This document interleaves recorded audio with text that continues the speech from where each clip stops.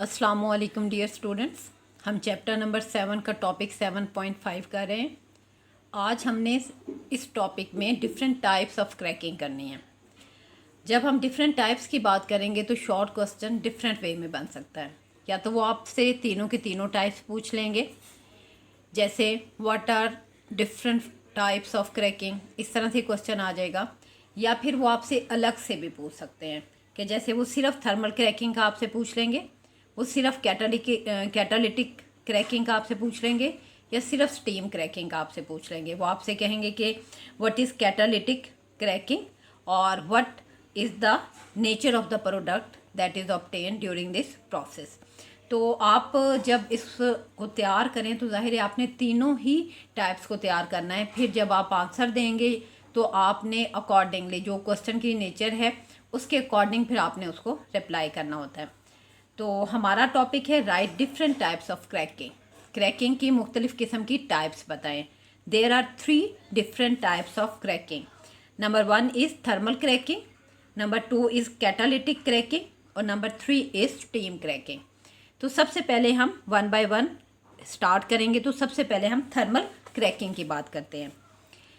इस लफ्ज़ क्रैकिंग का तो अब आपको अच्छी तरह से पता है कि इसका क्या मतलब होता है। यहाँ पे उससे पहले एक लफ्ज़ लिखा हुआ है थर्मल। थर्म का मतलब होता है हीट। थर्म मीन हीट, और हीट को हम एक्सप्लेन कर सकते हैं कि हाई टेम्परेचर, यानी ये एक ऐसी क्रैकिंग होगी that takes place at high temperature. इस क्रैकिंग को हम थर्मल क्रैकिंग कहते हैं। This cracking is carried out by application of heat and pressure. और how much amount of heat is applied, और प्रेशर कितना अप्लाइड किया जाता है, ये डिपेंड करता है कि ये प्रोसेस लिक्विड फेज में हुआ है या वेपर फेज में, क्योंकि ये प्रोसेस जो थर्मल क्रैकिंग का है ये दोनों फेज में होता है। फ़र्ज़ करें अगर हम लिखें कि ये प्रोसेस 2 फेज़ में हो रहा है, एक उसमें से है लिक्विड फेज़ और जो सेकंड इसमें फेज़ है that is vapour phase. Vapour phase अगर ये लिक्विड फेज़ में हो रहा है तो उस सूरत में जो टेम्परेचर रेंज होता है दैट इज़ 475 से लेके 530 डिग्री सेंटीग्रेड पे। और जब लिक्विड फेज में ये प्रोसेस होता है तो जो प्रेशर रखा जाता है दैट इज़ 7 to 70 ATM। ये कंडीशंस टेम्परेचर और प्रेशर की उस वक्त अप्लाई करते हैं when this process is taking place in liquid phase. Liquid phase का मतलब ये होगा कि जो फ्रैक्शन जिसको क्रैक करना है वो लिक्विड हालत में पाया जाता है। उसके बाद है वेपर फेज। वेपर फेज का मतलब है वो फ्रैक्शन जिनको क्रैक करना है, इस प्रोसेस के अंडर को करना है, they must be present in vapour phase. Vapour phase में होने चाहिए। जब ये प्रोसेस वेपर फेज में होगा तो उस सूरत में जो टेम्परेचर होगा दैट इज़ 600 डिग्री सेंटीग्रेड और जो प्रेशर होगा वो प्रेशर 3.5 से लेके 10.5 ATM। ATM का मतलब होता है एटमॉस्फेयर, ये यूनिट है प्रेशर का। अब इस जब हम थर्मल क्रैकिंग की बात करेंगे तो जस्ट हम डेफिनेशन में तो ये कह देंगे कि ये एक ऐसा प्रोसेस है that is carried out at high temperature and pressure. अच्छा, उसके बाद कहेंगे कि ये एक ऐसा प्रोसेस है जिसमें गैसोलीन ज़ाहिर तैयार की जाती है। ये 2 फेजेज में होता है, लिक्विड फेज में और वेपर फेज में। When it takes place in liquid phase तो इसके टेम्परेचर कितने टेम्परेचर पे ये होता है 475 से लेके 530 डिग्री सेंटीग्रेड और 7 से 70 ATM पे। और जब वेपर फेज में ये प्रोसेस होगा तो 600 डिग्री सेंटीग्रेड इसका टेम्परेचर होगा तो ये प्रोसेस होगा और 3.5 से लेके 10.5 ATM तक प्रेशर होगा। उसके बाद हमने इसमें एक और चीज़ भी ऐड करनी होती है। वो चीज़ ये है कि what is the nature of product. जब ये प्रोसेस होगा तो इसमें जो प्रोडक्ट हासिल होगी उसकी नेचर क्या होगी। तो यहाँ हम लिखते हैं nature of product. Nature of product आपको याद होगा, मैंने अपने प्रीवियस लेक्चर में आपको बताया था कि during cracking what is the nature of the product, it depends on the conditions कि किन कंडीशंस में क्रैकिंग हुई है। अब इस प्रोसेस में जो कंडीशंस हैं कि इतना टेम्परेचर होगा, इतना प्रेशर होगा, इधर इतना टेम्परेचर या इतना प्रेशर होगा, तो इन कंडीशंस में जो प्रोडक्ट हासिल होती है वो प्रोडक्ट अनसैचुरेटेड हाइड्रोकार्बन्स होते हैं, such as ethene and propene. मैंने आपको पहले एग्जांपल्स भी कराई, उस एग्जांपल्स में मैंने आपको बताया कि अनसैचुरेटेड हाइड्रोकार्बन भी बनते हैं। तो इसमें हम लिख लेते हैं कि this process particularly useful in the production of, यहाँ पे हम लिखते हैं अनसैचुरेटेड हाइड्रोकार्बन्स। इनकी प्रिपरेशन के लिए हम इसको मेथड को इस्तेमाल करते हैं, यानी ये प्रोडक्ट होगी। अब अनसैचुरेटेड का लफ्ज़ भी शायद आपके लिए नया है। हाइड्रोकार्बन्स तो मैंने आपको बता दिया।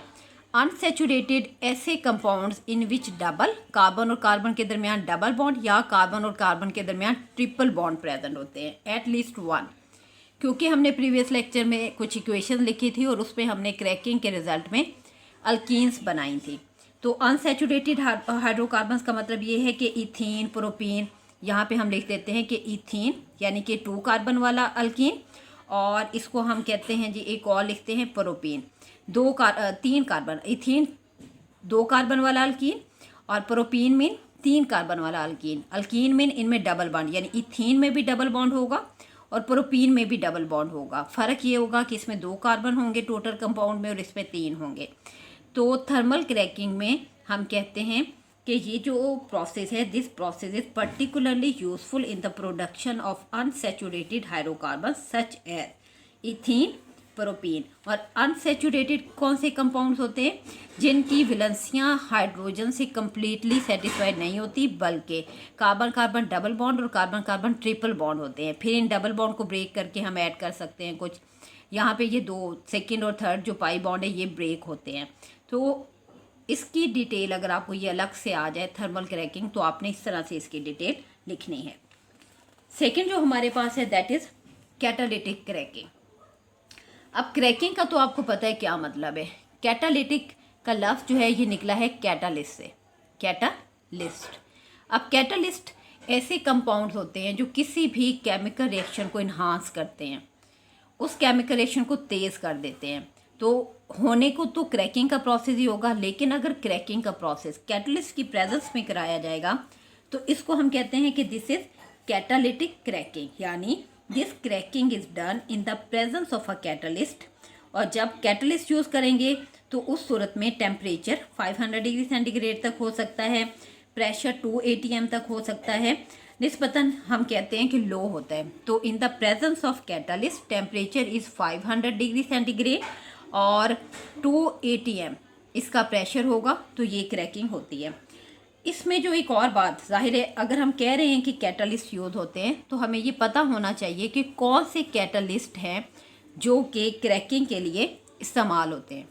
Catalyst which are used in cracking, ये भी एक अलग से शॉर्ट क्वेश्चन पूछा जा सकता है कि क्रैकिंग में कौन कौन से कैटलिस्ट इस्तेमाल होते हैं। अब इसमें टिपिकल जो कैटलिस्ट यूज्ड होते हैं फॉर दिस पर्पस वो mixture of silica and alumina है। यानी इसमें जो कैटलिस्ट इस्तेमाल होगा that is mixture of silica. Silica का फार्मूला होता है SiO2, और जो सिलिका के अलावा सेकंड है that is alumina. Alumina alumina का फार्मूला है Al2O3। इन दोनों का मिक्सचर है वो कैटलिस्ट जो कि कैटालिटिक क्रैकिंग में इस्तेमाल किया जाता है। अब इसमें कैटालिटिक क्रैकिंग प्रोड्यूस क्या करती है? गैसोलीन पैदा करती है, हायर ऑक्टेन नंबर वाले कंपाउंड है gasoline. In this way gasoline of better quality is obtained. अब जब हम कहेंगे ना कि ये गैसोलीन का जिक्र करते हैं तो हम इसको इस तरह से ज़्यादा बेहतर है कि लिख लें कि नेचर ऑफ प्रोडक्ट इसमें क्या होगी। यानी जब कैटालिटिक क्रैकिंग होगी तो उसमें इस प्रोसेस के बाद जो हमारे पास प्रोडक्ट आएगी उस प्रोडक्ट की नेचर क्या होगी। Catalytic cracking produce gasoline. क्या चीज़ ये पैदा करती है? गैसोलीन। गैसोलीन का जिक्र मैंने अपने लास्ट लेक्चर में भी किया है। गैसोलीन एक ऐसा फ्रैक्शन है पेट्रोल, वैसे तो ये मिक्सचर होता है मुख्तलिफ़ किस्म के कंपाउंड्स का, लेकिन इसका जो ऑक्टेन नंबर है वो बहुत हाई है। इसको high octane number. Octane number का मतलब ये, वैसे तो मैं रिफॉर्मिंग ऑफ पेट्रोलियम में आपको ये ऑक्टेन नंबर डिटेल से बताऊंगी, वैसे आप इसको कह सकते हैं कि फ्यूल की एफिशिएंसी को चेक करने के लिए ना एक नंबर है octane number. Higher octane number it means gasoline ऐसा फ्यूल है जिसकी एफिशिएंसी बहुत ज़्यादा है। इस प्रोसेस के ज़रिए कैटालिटिक क्रैकिंग के ज़रिए हाई क्वालिटी गैसोलीन हासिल की जा सकती है। इसमें जो थर्ड है हमारा, दैट इज़ स्टीम क्रैकिंग। अब स्टीम क्रैकिंग का मतलब तो पता है आपको, स्टीम का मतलब होता है भाप। अब इसमें जो भी हमारे पास ऑर्गेनिक कंपाउंड है जिसको क्रैक करना होता है वो डेफिनेटली हायर हाइड्रोकार्बन्स है। उन हायर हाइड्रोकार्बन्स को कन्वर्ट किया जाता है वेपर्स में। मसलन मैं अगर यहाँ पे लिखूँ कि हायर हाइड्रोकार्बन्स है जिनको क्रैक करना है, जो कि पेट्रोलियम के अंदर मौजूद है, इन हायर हाइड्रोकार्बन्स को किस चीज़ में तब्दील किया जा रहा है? पहले वेपर्स में तब्दील किया जाता है, फिर इन वेपर्स को मिक्स किया जाता है किस में? स्टीम। क्योंकि ये स्टीम क्रैकिंग है तो इसको, इन वेपर्स को जो कि हायर हाइड्रोकार्बन के वेपर्स हैं उनको स्टीम में मिक्स करेंगे। फिर ये मिक्सचर, ये जो मिक्सचर आ गया, ये वाला मिक्सचर इन दोनों का, इस मिक्सचर को हीट करेंगे एट 900 डिग्री सेंटीग्रेड तक। इसको क्या करेंगे? हीट। लेकिन ये जो हीट करना है ये शॉर्ट टाइम के लिए, इसको हम लिखते हैं शॉर्ट टाइम। शॉर्ट टाइम के लिए आप इसको हीट करें और फिर इसको नेक्स्ट कूल रेपिडली, इसको आपने कूल करना है रेपिडली, बहुत तेज़ी से। अब इस पूरे प्रोसेस में कूल रेपिडली, इस पूरे प्रोसेस में जब हम इस हायर हाइड्रोकार्बन को क्रैक कर रहे हैं तो एक ख़ास किस्म की जो प्रोडक्ट है हमारे पास वो हासिल होती है, जिसको हम यहाँ पे लिख लेते हैं कि nature of product that is obtained as a result of steam cracking. कि जब स्टीम क्रैकिंग होगी तो कौन सी प्रोडक्ट हासिल होती है। This process is suitable for obtaining lower unsaturated hydrocarbons, यानी यहाँ हम लिखते हैं लोअर अनसैचुरेटेड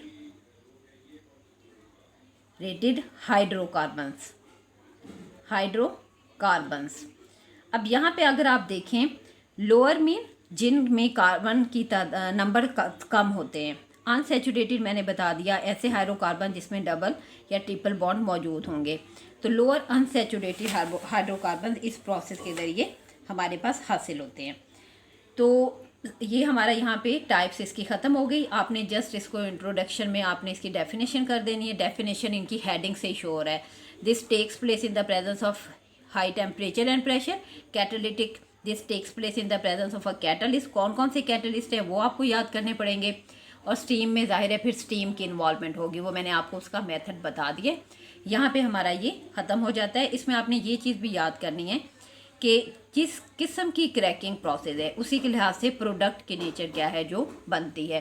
तो ये जो हमारा टॉपिक है इसकी लास्ट हेडिंग रह गई है कि एप्लीकेशंस ऑफ क्रैकिंग, यानी मैंने आपको इससे पहले भी करवाया है कि what is need for this process, या फिर हम उसको एप्लीकेशन भी कह सकते हैं। तो क्योंकि एप्लीकेशंस ऑफ क्रैकिंग अलग से पूछा जाता है एक शॉर्ट क्वेश्चन की फॉर्म में, तो नेक्स्ट मैं आपको एप्लीकेशंस ऑफ क्रैकिंग करवा दूंगी। ओके, टेक केयर, अल्लाह हाफिज़।